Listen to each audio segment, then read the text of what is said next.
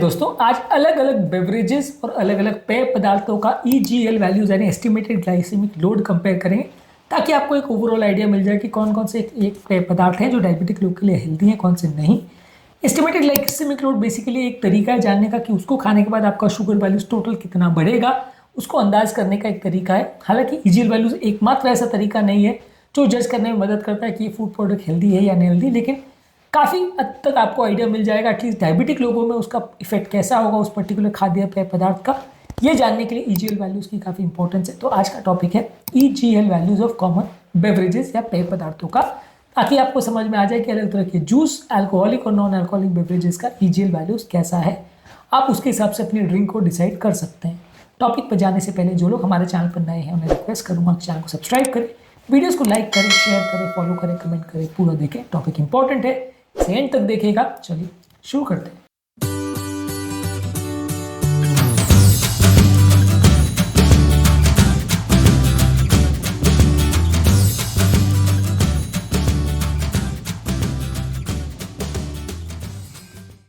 सबसे पहले पानी, ग्लाइसेमिक इंडेक्स 0 है, EGL वैल्यू 0 है। पानी जितना भी लो, अगर अन्य से अंटिल आपने उसमें कोई फ्लेवर या कुछ अलग से पदार्थ डाला है, EGL वैल्यू 0 है, तो काफ़ी हेल्दी है। ब्लैक कॉफ़ी अनस्वीटेंड है, EGL वैल्यू 0 है। ब्लैक कॉफ़ी में भी कुछ कैलोरी नहीं जाती, ग्लाइसेमिक इंडेक्स 0 है और EGL वैल्यू 0 है। ग्रीन टी में भी ग्लाइसेमिक इंडेक्स 0 है, EGL वैल्यू 0 है। तो ये ड्रिंक्स कंपेरेटिवली कोई और बेवरेजेस से ज़्यादा हेल्दी माना जाएगा, क्योंकि एटलीस्ट डायबिटीज़ लोगों के कॉन्टेक्स्ट में या फास्टिंग के कॉन्सेप्ट ये आपका शुगर वैल्यू बिल्कुल नहीं बढ़ाएंगे, ज़्यादा हेल्दी है। मिल्क की अगर हम बात करें, होल मिल्क अगर आप ले रहे हैं, ग्लाइसेमिक इंडेक्स का 39 है, EGL वैल्यूज 5 है। तो अगर आप दूध ले रहे हो और पानी ले रहे हो तो पानी और दूध में फ़र्क है। अगर आप फास्टिंग कर रहे हो तो आपका फास्ट टूट जाएगा और आपका थोड़ा बॉडी में कैलोरी जाएगा, तो वो थोड़ा सा अनहेल्दी हो जाएगा। स्किम मिल्क थोड़ा बेटर है, स्किम मिल्क का ग्लाइसेमिक इंडेक्स 37 है और उसका EGL वैल्यूज 4 है, यानी रेगुलर मिल्क से, होल मिल्क से बेटर है। सोया मिल्क में अगर चीनी नहीं डाली गई यानी बिना स्वीट किया गया सोया मिल्क है, तो ग्लाइसेमिक इंडेक्स 34 है, EGL वैल्यूज 1 है। तो ये रेगुलर मिल्क से काफ़ी हेल्दी है और ये लिया जा सकता है, यानी रेगुलर डेयरी का मिल्क आप ले रहे हो उसके बदले सोया मिल्क ले रहे हो तो ज़्यादा हेल्दी है। ऑरेंज जूस का ग्लाइसेमिक इंडेक्स 50 है, EGL वैल्यूज 13 है। हमने सूप्स वाले वीडियो में डिस्कस किया था, सूप्स की ज़्यादातर EGL वैल्यू 4, 5, 6 के आसपास आती है। वहाँ पे ज़्यादातर जूसेस की 10 से ऊपर आएगी, तो इसलिए आपके लिए वो हेल्दी नहीं है। सूप और जूस में चूज़ करना है तो आपको सूप्स को चूज़ करना चाहिए, जूस को नहीं करना चाहिए। और अगर हम डायरेक्ट ऑरेंज को कंपेयर करें तो ऑरेंज का EGL है 4, जूस का है 13, तो ऑरेंज बेटर है जूस के कंपैरिजन में। एप्पल का EGL वैल्यूज जो है खुद का 4 से 6 के बीच में है। जूस अगर लेते हैं तो ग्लाइसेमिक इंडेक्स का 40 है, जूस का EGL वैल्यू है 11। मीठा किया हुआ आइस टी की अगर हम बात करें तो उसका ग्लाइसेमिक इंडेक्स है 45 और EGL वैल्यू 10 है, यानी स्वीट आइस टी अच्छा नहीं है।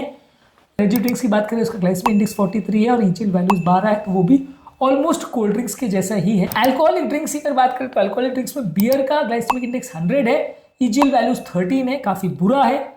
लाइट बियर का कंपैरेटिवली ग्लाइसेमिक इंडेक्स 66 है, EGL वैल्यूज 3 है। तो रेगुलर बियर और लाइट बियर में रेगुलर बियर से लाइट बियर ज़्यादा हेल्दी है और वो कंपैरेटिवली आपका शुगर की वैल्यूज एटलीस्ट उतनी नहीं बढ़ाएगा। मैं ऐसा नहीं कर रहा हूँ शराब पीना चालू कर दे, और ऐसा नहीं कहूँगा कि आप जूस से कंपेयर करना चालू कर दे कि वो हेल्दी है, उसका EGL कम हो रहा है। जैसे कि मैंने कहा कि आपको बाकी सब चीज़ें भी देखनी पड़ेंगी, आपको सिर्फ शुगर नहीं देखना है, आपको ये भी देखना है कि बाकी चीज़ों पे या हेल्थ पे वो कैसा प्रभाव करता है, कितना न्यूट्रिशन देता है, वो भी देखना ज़रूरी है। पर अगर सिर्फ डायबिटीज़ के कॉन्टेक्स्ट में बात करें तो ये थोड़ा सा कम शुगर पे इफेक्ट करेगा। रेड वाइन और वाइट वाइन का EGL वैल्यू 0 है, ग्लाइसेमिक इंडेक्स 0 है, उसमें बिल्कुल आपको शुगर वैल्यूज नहीं बढ़ेगा। स्वीट डेजर्ट वाइन लेते हैं तो उसका ग्लाइसेमिक इंडेक्स 30 है, EGL वैल्यूज 2 है। वाइन, विस्की, वोडका, रम सबका ग्लाइसेमिक इंडेक्स 0 है। कॉकटेल्स अगर लेते हैं, खासकर मार्गरीटा वगैरह लेते हैं, तो वो काफ़ी बुरा है डायबिटिक लोगों के पर्सपेक्टिव से, और उसका ग्लाइसेमिक इंडेक्स 70 है, EGL वैल्यूज 21 है। ग्लाइसेमिक इंडेक्स के हिसाब से या शुगर के हिसाब से कॉकटेल्स बहुत बुरे, पर अगर आप अल्कोहल की कॉन्टेक्स्ट में देखोगे तो फिर वाइन, विस्की ज़्यादा नुकसान करेगा, क्योंकि वो बाकी तरह से नुकसान करेगा, भले शुगर ना बढ़ाए। तो अगर मैं कह रहा हूँ कि आपको हर पैरामीटर देखना पड़ेगा, आपको ये नहीं देखना है खाली कि शुगर पे ही कितना इफेक्ट है, पर शुगर पे इफेक्ट अगर आप देखना चाह रहे हो तो इस हिसाब से डायबिटिक लोगों के लिए कॉकटेल्स वगैरह के बदले आप वाइन, विस्की ले रहे हो तो शुगर पे एटलीस्ट कम इफेक्ट होगा। स्मूदीज की अगर बात करें तो अगर बेरी का स्मूदी लेते हैं अनस्वीटन या मीठा किए बगैर, ग्लाइसेमिक इंडेक्स 40, EGL वैल्यू 7 है, स्मूदीज में सबसे ज़्यादा हेल्दी माना जा सकता है। इसके अलावा अगर ग्रीन लीफी स्मूदीज बना रहे हो या पालक वगैरह डाल के स्मूदी बना रहे हो दही वगैरह के साथ, तो ये भी काफ़ी अच्छा है, इवन बेरी स्मूदी से भी अच्छा है। पालक है उसका ईजीएल बहुत ही कम है, 1 से भी कम है, तो ग्लाइसेमिक लोड उसका, ग्लाइसेमिक इंडेक्स उसका 30 आएगा, ईजीएल वैल्यूज यानी एस्टिमेटेड ग्लाइसेमिक लोड उसका 4 आएगा, काफ़ी हेल्दी है। केले का अगर आप स्मूदी ले रहे हैं तो ग्लाइसेमिक इंडेक्स 50 है, ईजीएल वैल्यूज 15 है, तो काफ़ी अनहेल्दी है। मैंगो स्मूदी ले रहे हैं तो उसका ग्लाइसेमिक इंडेक्स 51 है और ईजीएल वैल्यूज 18 है, यानी अब तक के जितने ड्रिंक्स बात करी उसमें सबसे बुरा है, ऑलमोस्ट कोल्ड ड्रिंक के बराबर है। अगर आप मैंगो और बनाना स्मूदी ले रहे हो तो बहुत ज़्यादा अनहेल्दी है। किसी भी तरह का स्मूदी ले रहे हो एक्सेप्ट फॉर बेरी और एक्सेप्ट फॉर ग्रीन स्मूदी, सारे ही अनहेल्दी मिलेंगे ज़्यादातर। ओवरऑल आपको समझने की ज़रूरत है कि किस पेय पदार्थ में कितना चीनी डाला हुआ है। अगर चीनी डाला है तो उसका ग्लाइसेमिक लोड वैल्यूज बढ़ जाएगा। जो मिल्क प्रोडक्ट्स है उसका बेटर रहेगा, और अगर प्लांट बेस्ड मिल्क है, जैसे अगर आपका आलमंड मिल्क है या सोया मिल्क है, वो थोड़े ज़्यादा हेल्दी है। अल्कोहलिक बेवरेजेस में बियर का ग्लाइसेमिक वैल्यू ज़्यादा रहेगा, स्वीट कॉकटेल्स का ज़्यादा रहेगा, वाइन, विस्की, वोडका, रम, ये सब का कम रहेगा।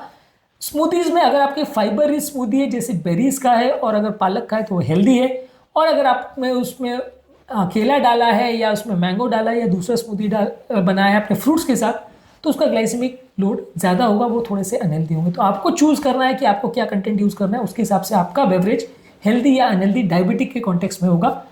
आपको फिर भी ये ध्यान रखने की ज़रूरत है कि बॉडी के अंदर जाके वो सिर्फ ग्लूकोज बढ़ाएगी ऐसा नहीं करेगी, बाकी इफेक्ट और साइड इफेक्ट पर भी ध्यान देना है। उसके हिसाब से एक्चुअल में डिसाइड होगा कि कौन सा ड्रिंक पीना है कौन सा नहीं। मैं बिल्कुल रिकमेंड नहीं कर रहा हूँ कि आप अल्कोहल पीना चालू कर दो क्योंकि उसका ईजीएल कम है, पर एटलीस्ट डायबिटिक लोगों के कॉन्टेक्स्ट में वो शुगर उतना नहीं बढ़ाएगा, ये समझना ज़रूरी है। उम्मीद करूँगा कि आज के टॉपिक में कुछ नई बातें जानने को मिली होगी। जो लोग हमारे चैनल पर नए हैं उन्हें रिक्वेस्ट करूँगा चैनल को सब्सक्राइब करें, वीडियोज़ को लाइक करें, शेयर करें, फॉलो करें, कमेंट करें, पूरा देखें।